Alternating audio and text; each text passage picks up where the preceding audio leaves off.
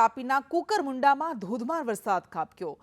કેવડામોએ ફૂલવાડી ઇટવાઈમાં વરસાદ ખાબક્યો, જેના કારણે નીચાણવાળા વિસ્તારોમાં પાણી ભરાઈ ગયા। લોકોના ઘરોમાં પણ પાણી ભરાઈ ગયા, જેના કારણે ઘરવખરી પલળી ગઈ। લોકોને ખૂબ જ મુશ્કેલીનો સામનો કરવો પડી રહ્યો છે। માર્ગ પર પાણી ભરાઈ જતા 6 ગામડાઓને એલર્ટ કરવામાં આવ્યા। તો દક્ષિણ ગુજરાતમાં જે રીતે ભારે વરસાદની આગાહી હતી, એવી જ રીતે કેટલાક વિસ્તારોમાં સારો એવો વરસાદ ખાબકી પણ રહ્યો છે, પરંતુ આ વરસાદ મુશ્કેલીઓ લઈને પણ આવી રહ્યો છે। કુકરમુંડા તાલુકામાં ધોધમાર વરસાદ ખાબક્યો હતો, જેના કારણે કેટલાક ગ્રામ્ય વિસ્તારો પાણી થઈ ગયા અને આ પાણી લોકોના ઘરોમાં પણ ઘૂસી ગયા હતા। કેટલાક નીચાણવાળા વિસ્તારોમાં પાણી ભરાઈ જતા લોકોએ પારાવાર મુશ્કેલીનો સામનો કરવો પડી રહ્યો છે।